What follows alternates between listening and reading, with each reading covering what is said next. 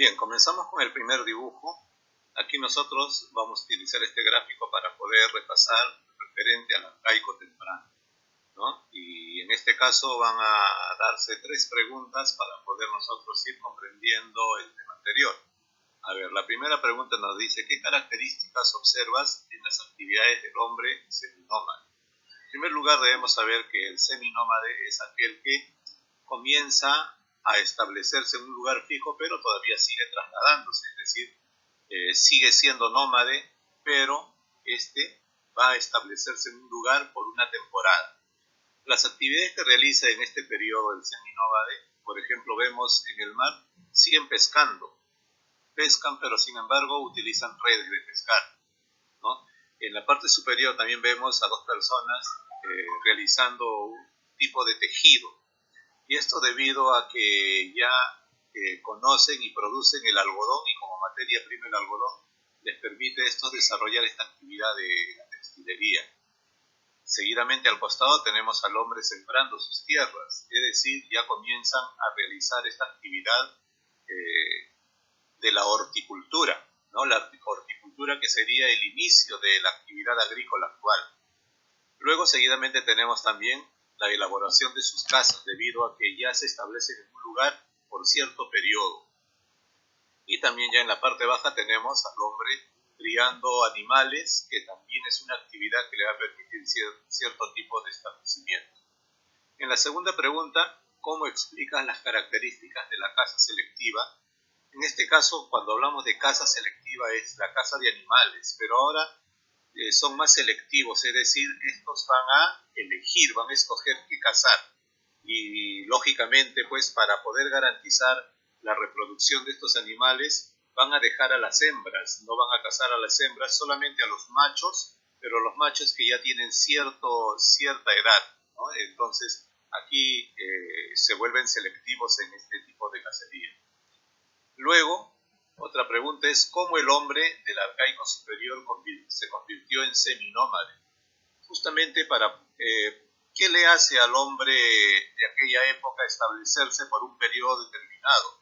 Justamente la agricultura o la horticultura y la crianza de sus animales, debido a que en este caso el hombre tiene que establecerse en un lugar por una temporada para cuidar sus tierras de cultivo y también para cuidar a sus animales. Ya cuando se da el cambio de estación, estos se van en busca de un clima mucho apropiado.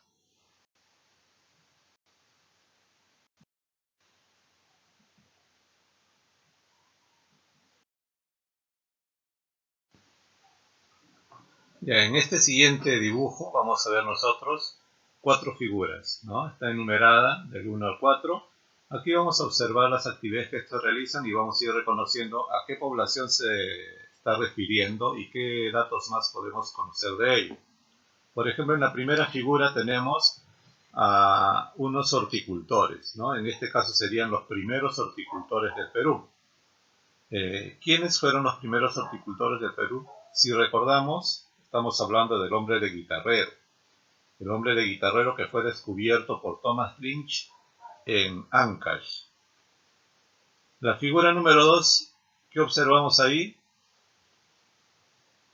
Tenemos al hombre cazando y hay auquénidos, ¿no? El camélido americano, el camélido andino. Entonces, ¿quiénes fueron los primeros domesticadores del camélido andino? Estamos refiriéndonos a quiénes, al hombre de Tlamatchay, ¿no? Que fue descubierto por Daniel Lavalle en el departamento de Junín. Tercer gráfico, ¿quiénes son? Están realizando una actividad. ¿Qué actividad? La pesca. ¿Pero qué están utilizando? Están utilizando las redes. Entonces estamos hablando de los primeros pescadores con redes. ¿Nos estamos refiriendo a quiénes? Al hombre de Santo Domingo, descubierto por Frederick Engel en el departamento de Ica. Y finalmente la número 4, ahí hay unos animalitos que son, claro, cuyes, ¿no? Cuyes, justamente estamos hablando de los primeros domesticadores de cuyes en el Perú. ¿Y quiénes son? Ahí dice su nombre, el hombre de Piquimachay, descubierto por Richard McNeish en el departamento de Ayacucho. Muy bien, seguimos a la siguiente página.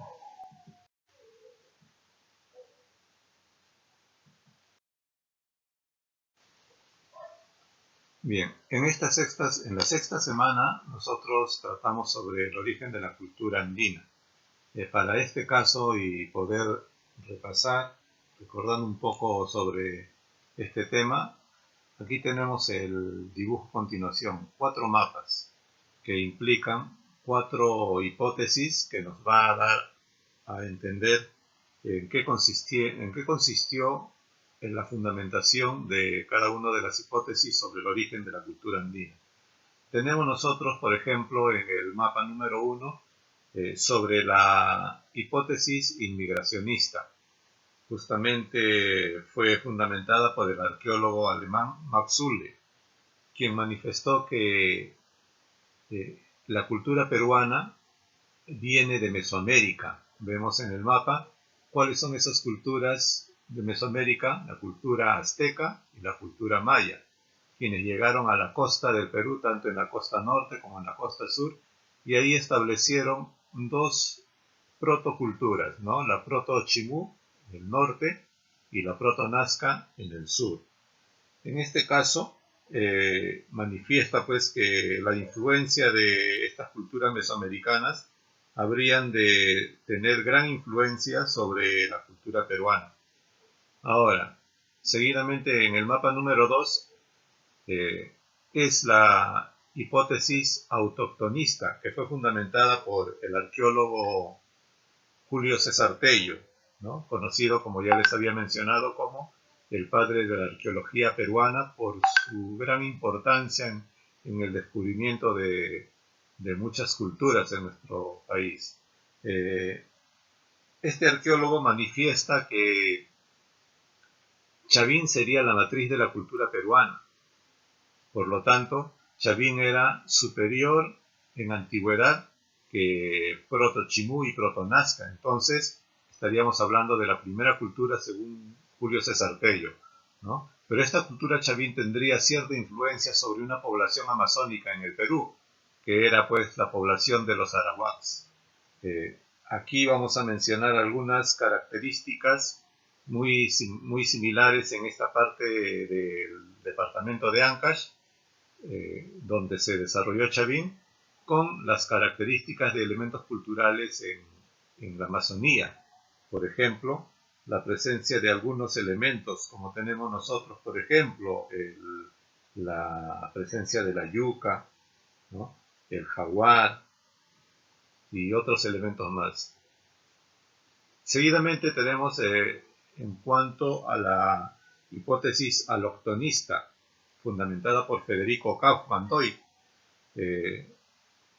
Aquí nos afirma Kaufmann que el origen de la cultura peruana viene de una cultura ecuatoriana. En el mapa indica la cultura valdivia ecuatoriana, que ésta habría tenido cierta influencia no solamente en el Perú, sino también en Mesoamérica. Si observamos nosotros las flechitas como indican pues la llegada de esta cultura valdivia hacia el Perú y hacia Mesoamérica, especialmente en la cultura azteca.